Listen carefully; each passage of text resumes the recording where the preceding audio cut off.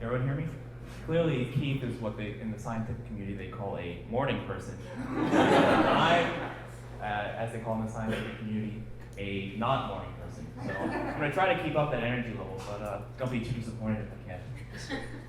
So my name is Gautam, pronounced like Gotham City from Batman, though not spelled the same way. I'm the author of this book called Remain Free. I heard it's really good. You should check it out. And since today's theme, or this month's theme rather, is reality, I thought the story I want to tell you takes place or begins in 2008. So I wanted to go back in time to 2008 and see what reality was like for me then. I grew up in a suburb of Atlanta called Alpharetta. I'm sure nobody here has heard of it. Woo! Oh, someone's heard of it? Yeah. That's weird. Let's try. So Alpharetta is a kind of stereotypical suburb located 25 miles north of Atlanta. Middle class, upper middle class area, kind of its own bubble. Unlike the suburbs here, which have a rich history and were around before the country was, Alpharetta basically didn't exist before 1995.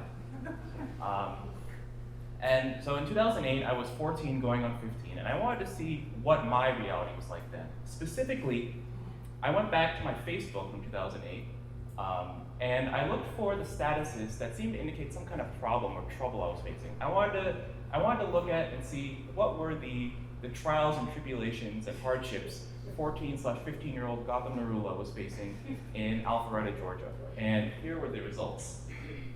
So as you can see, I was facing some really, really tough problems. I had to read Great Expectations, which, to be fair, I would still be horrified about reading today. It was pretty clear Dickens was paid by the word on that one. I lost a long chess game because I was a competitive chess player. I lost my homework, which was a stubbornly persistent problem that still happens today. But despite what I would have told you at the time, it was pretty clear that my life was pretty good. I was never really in want. I had my family, I had my friends, I had food on the table, I had a nice place to live, good school. No real things to complain about, though that didn't stop me from complaining all the time. And the other person in this story is a man named Troy Davis. Now, some of you may be familiar with Troy Davis, but for those of you who aren't, Troy Davis was a death row inmate in Georgia who was convicted in 1991 of the 1989 murder of a police officer in Savannah. And to get an idea of what Troy's reality was like in 2008, at the same time, I think this quote that he gave really sums it up, that he was on death row where every single day was a struggle for survival. And I'm 22 years old right now, and he was convicted in 1991 when he was 22 years old. So I was just trying to imagine the terror of being sent to death row at my age, or at any age really. It's kind of inconceivable. He grew up in Savannah in the 1980s, which then and even now was a very racially segregated city. And he was convicted as a black man of murdering a white cop, which really inflamed racial tensions in the city. And just to give a bit of an idea of what his reality was like, I just want to share the one story that he told me about death row when I met him when I was 15. That really affected me the most, probably because I was 15 years old. And I could spend this whole time talking about what death row's like, but we don't have that kind of time. There's a book I wrote about it though, you should check that out. So he told me when we talked, and I told him I was 15.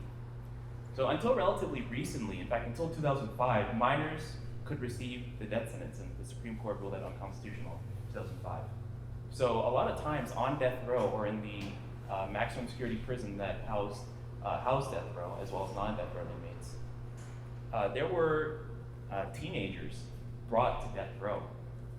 And Troy told me that when the other inmates, who were adults, found out that there was a teenager or someone young that age coming to death row, they would put some food on that kid's bed, and the kid, not knowing any better, would eat that food. 3 inmates would then corner that kid and demand that he pay for the food, knowing that he couldn't. And in fact, the kid himself I would admit that he couldn't pay for it because he didn't have any money. And then the inmates would use that as an excuse to rape him. Troy was able to intervene in some of these cases, but not all of them. And I think that story really brought home the difference in the life I was living, worrying about reading Great Expectations, and the life Troy was living, which was a struggle to survive. So where these two realities collided was in September of 2008. I received a phone call from a friend of mine who was also in high school, about 2 years older than me, he was an intern for Amnesty International, and he called me to tell me about this case and told me I should get involved. And at the time, I really wasn't into anything that wasn't Alpharetta-centric. And I also was a proponent of the death penalty, like most people in Georgia are. And I also had this very blind faith in our justice system, because that's what we've been taught in school. And I had no personal interaction with it, so I just assumed that, we're America. We don't execute innocent people, so this guy must be guilty, otherwise he wouldn't be facing execution. But there was one small detail about the case that caught my eye, and that led to the chain of events that led to me being in front of you here today and speaking to you. And that one small detail was that Troy Davis was due to be executed on September 23rd, 2008, but the US Supreme Court was due to review his case on September 29th. Now at this point, Troy had been on death row for 17 years. So if you've been on death row for 17 years, why couldn't the state wait one more week? And they were so certain that the case was foolproof enough to execute him. Why wouldn't they wait one more week for the highest court in the country to review the case? And the only logical answer I could come up with was that maybe there was actually some merit to the claims Troy was making.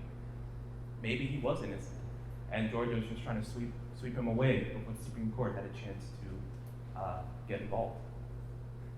Eventually, 90 minutes before he was due to be executed, so when he was already strapped to the gurney and recording his final statement, the Supreme Court issued an emergency stay of execution, halting the execution for at least a couple of weeks until they had time to review the case.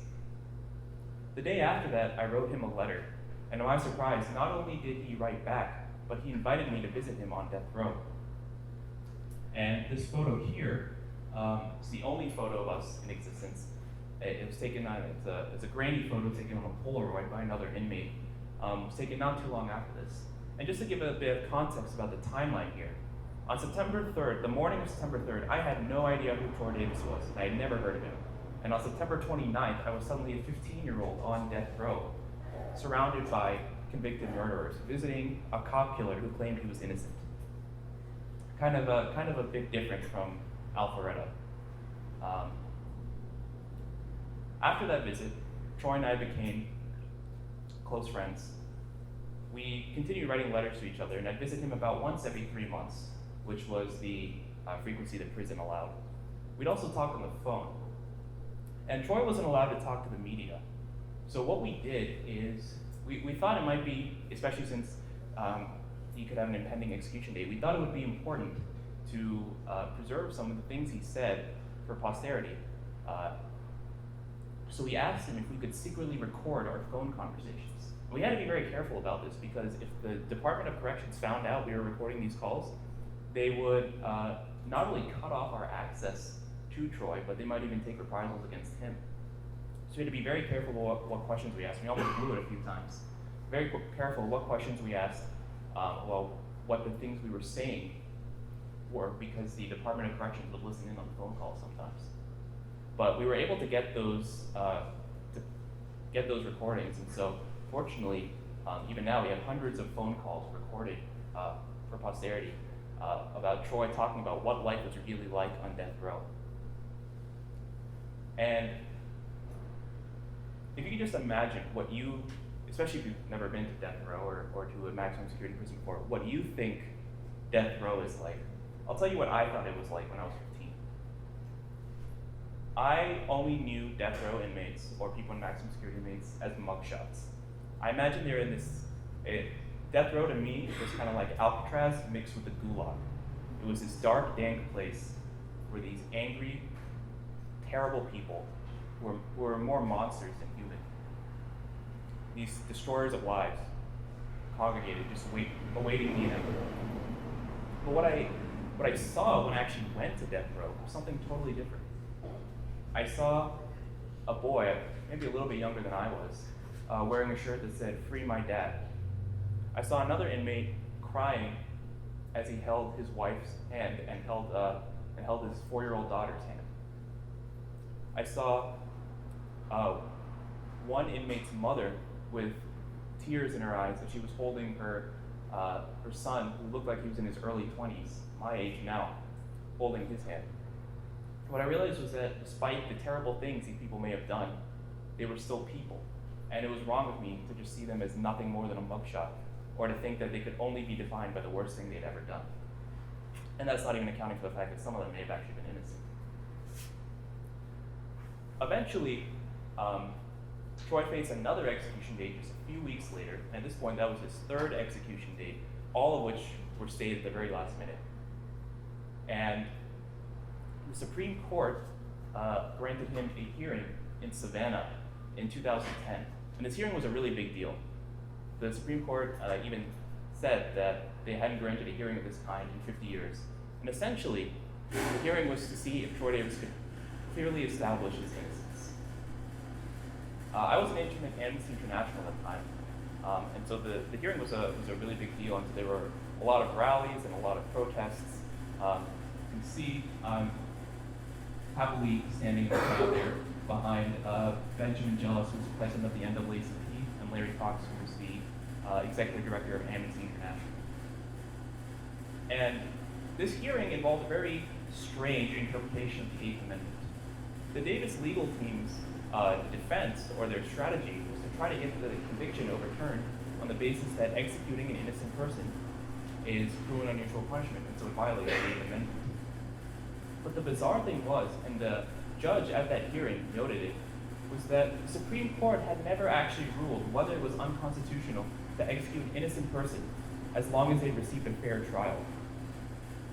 And now this kind of highlights the twilight zone lawyers live in. I don't know if there are any lawyers here, sorry if I offended you, but for us normal humans, it seems obvious, right? Executing an innocent person, regardless of whether they received a fair trial or not, should be unconstitutional. But this question had not only not been decided by the Supreme Court, they had repeatedly deflected such questions for decades. And this is not just my interpretation, this is what the federal judge at the hearing said. Now the problem for Troy was that his conviction wasn't based on physical evidence, because there's no gun found at the scene of the crime and no DNA to test. So instead, his conviction was based primarily on 9 eyewitness testimonies. 7 of those 9 eyewitnesses in the years following the trial recanted or altered their testimonies, and many of them said they'd been coerced or intimidated by the police into saying Troy Davis was the shooter. So at this point, since the only evidence used against him was eyewitness testimony, the only evidence he could use to clear his name were these witness recantations. Because unless some DNA or a gun magically showed up that could be tested, there's nothing else he could do to prove his innocence. The problem is that once he was convicted, the burden of proof fell on him. He was essentially guilty until proven innocent. And courts view witness recantations with a lot of suspicion, because you can imagine in an organized crime case, it would be very easy for an organized crime syndicate to threaten witnesses and force them to recant. So because Troy Davis had to meet this very high bar of proving innocence, otherwise he'd be executed, the witness recantations would never have been good enough in the eyes of the court to meet that high bar. And as a result, he lost the hearing, even though the judge in the hearing said that Troy had demonstrated that the state's case wasn't ironclad and that he had shown at least a minimal level of doubt about his guilt. But unfortunately, there was no middle ground. Showing doubt wasn't enough to at least stave off the execution. It was either prove your innocence at this essentially impossible to meet bar unless the DNA magically shows up, or be executed. So, Troy Davis was executed on September 21st. But what's amazing is we actually have the audio from his final words recorded just a few minutes before he was executed. I guess you can't hear it. You can read it though. There should have been some audio playing.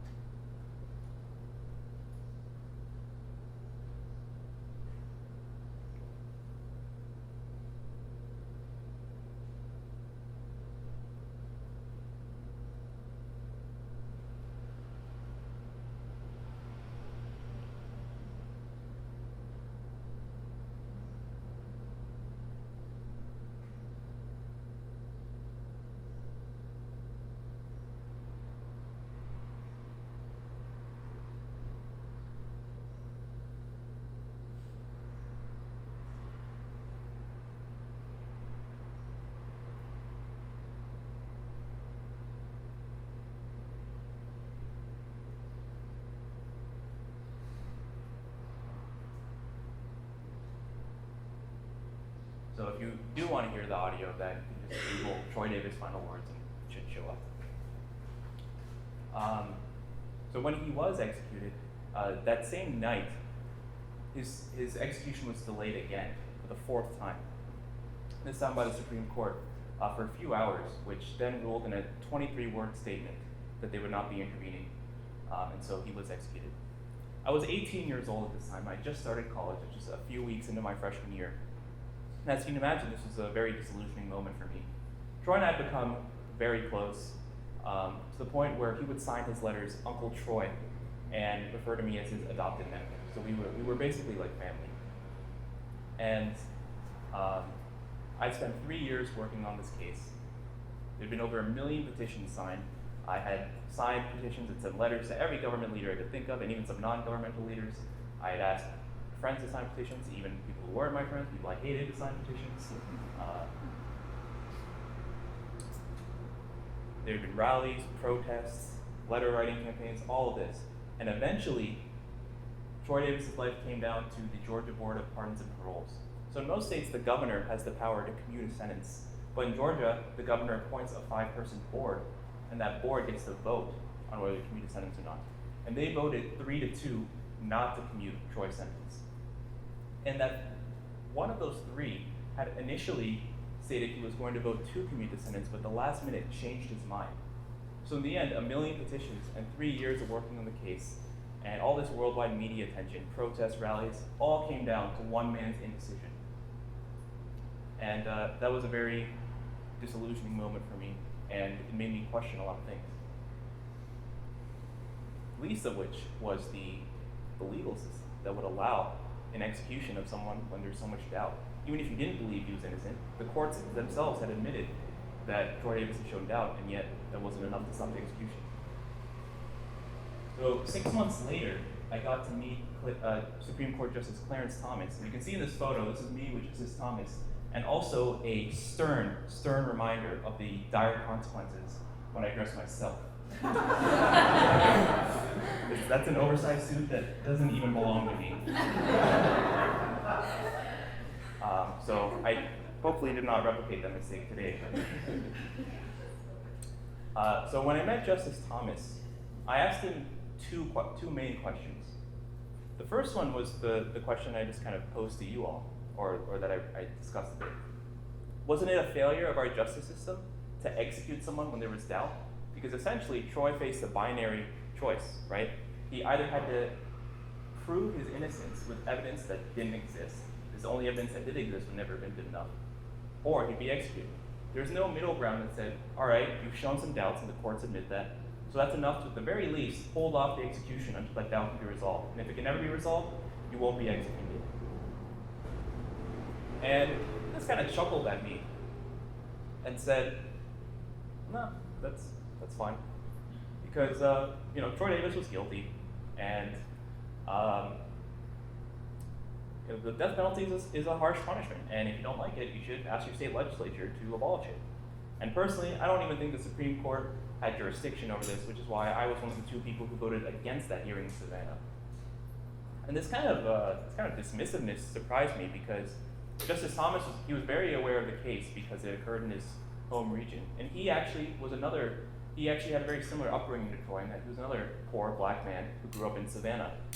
So if anyone knew what the type of circumstances would be, or were like, it would be him.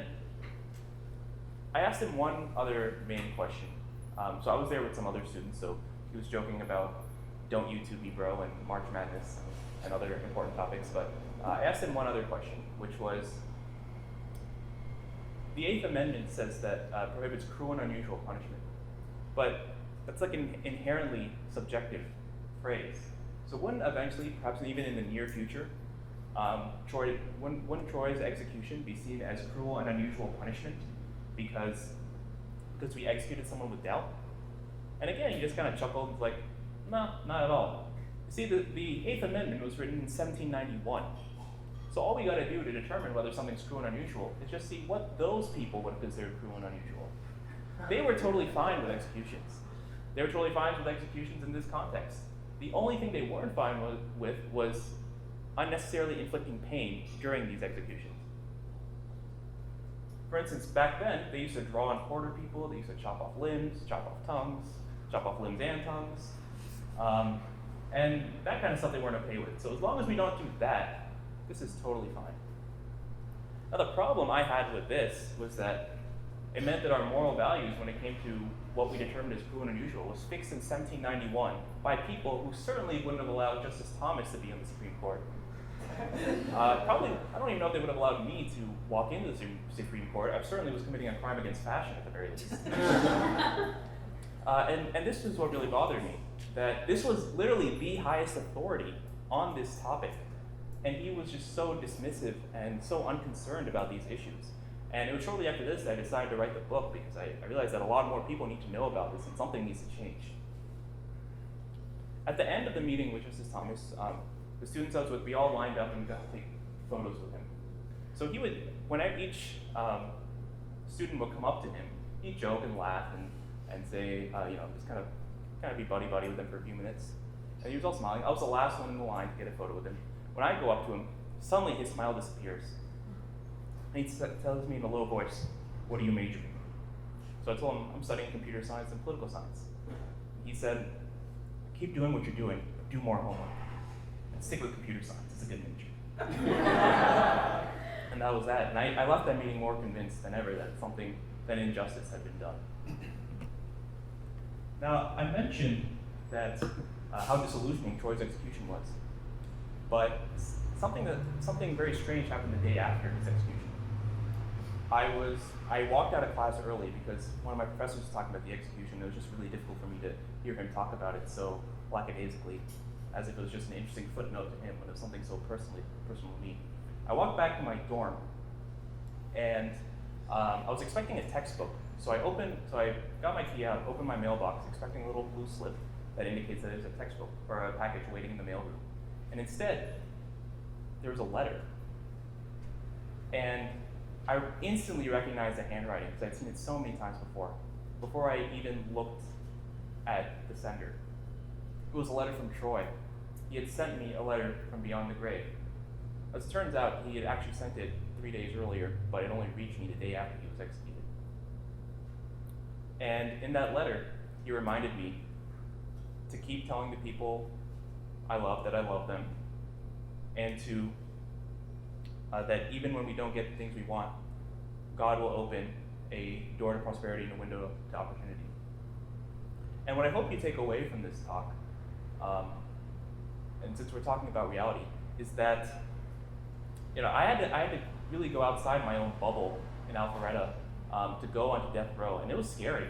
Being a 15-year-old on death row was scary. Writing this book where I revealed some very personal things I didn't want to talk about was scary, and going to strangers when I was kind of an introverted kid and asking them to sign this petition, also really scary. Wearing a suit was scary. That's why I don't do that anymore. Some fears can't be overcome. But it forced me to confront some assumptions I had made forced me to really look inward and ask myself, what kind of judgments was I making about other people and other situations that I had no idea about. And a lot of people, when they hear the story, they think it's a tragedy. But the funny thing is that if you talk to Troy, he wouldn't have said it's a tragedy at all. I asked him if he was angry that he had been locked away on death row for a crime he didn't commit, and he said, maybe God's just not ready for me to come home yet. I might have died on the street like some of my friends did, but instead, look at me now. Millions of people know about me and are aware that there are other Troy Davises out there. I got to inspire kids like you and thousands of other kids who write to me. So maybe my greater purpose was to be this person who could bring that inspiration to people. And so I hope you all go out and try to find those realities that are very different or uncomfortable, and force yourself to confront the same kind of self-reflection that I did. What kind of assumptions am I making about people or situations who aren't like me? And how can I grow the most as a person by interacting with these things that are so different? Thank you.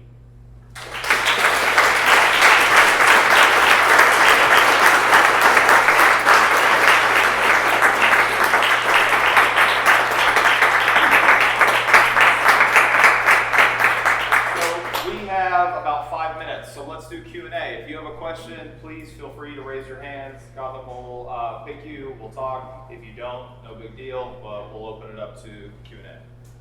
I'm just curious, just based on the recent Supreme Court Justice ruling, was he convicted by a jury of his peers? Do you happen to know who composed the jury?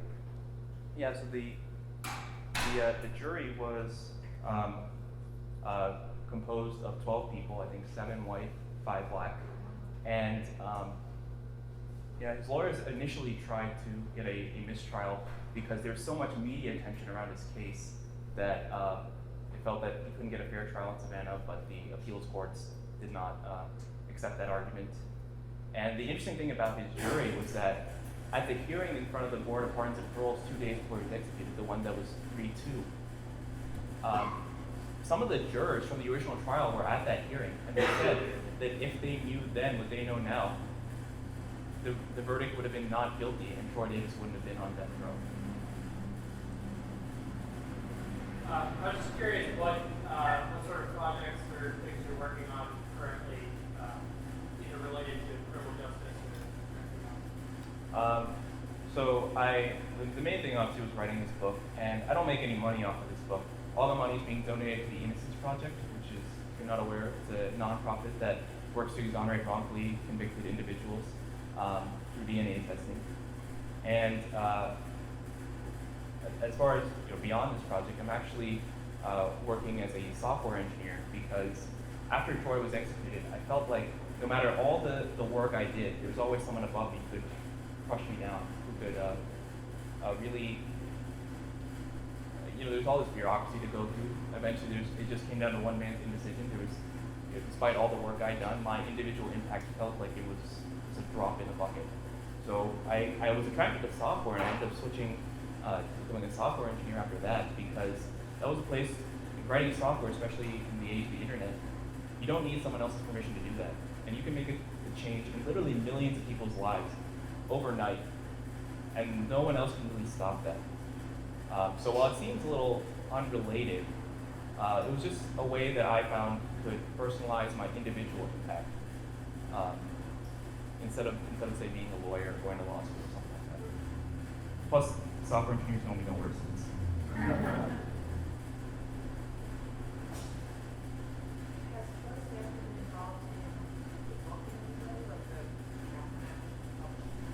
So we were close to a couple of members of Troy's family. Specifically his mother and his older sister, Martina. Unfortunately, they all died also in 2001. His mother died 5 months before Troy's execution, and his sister, who had been battling cancer for a decade, died just 71 days after Troy was executed. They did write their own book, or they kind of co-wrote a book that was released a few years ago, which is great if you want to get the family's perspective from their point of view. I think what's special about this is that they didn't have those they never recorded those phone conversations, and we did. So we have all these verbatim. In fact, probably more than half the book is just verbatim from Troy on how he views society, how he views death row, his case, all those kind of things that are kind of the flip side of what you see in the media for those same events. So as far as involvement in this book, they haven't really been too involved, but that's just more of a factor that the ones we were really close with also passed away in the same year. Have you heard back or anything from the family of the cop that specifically got killed, not apparently by Jordan? So the thing about the family of the cop was that they were very firmly convinced the entire time that Troy was guilty. And I didn't fully understand that, because if this had happened to me, I'd want to be 100% sure that the person behind bars was the one who actually killed my family member. And the weird thing about the death penalty is, if the family is on your side, the prosecution will give you a lot of leeway. There was another death row inmate named Billy Moore who was released from death row in Georgia. And it wasn't because he was innocent. He was guilty. He admitted he was guilty. But the family of the victim eventually forgave him and then petitioned for his release. And so he was released. But because the family was so vehemently convinced that Troy was guilty, Troy didn't really have that kind of work going in his favor. And it seems a little capricious to me that essentially life and death can literally hang on the balance of whether you're pals with the victim's family. It doesn't really seem like a very objective case, and certainly not in this case where they were just so angry and upset, understandably, that they were not willing to consider any alternate possibility that someone else may have committed this crime.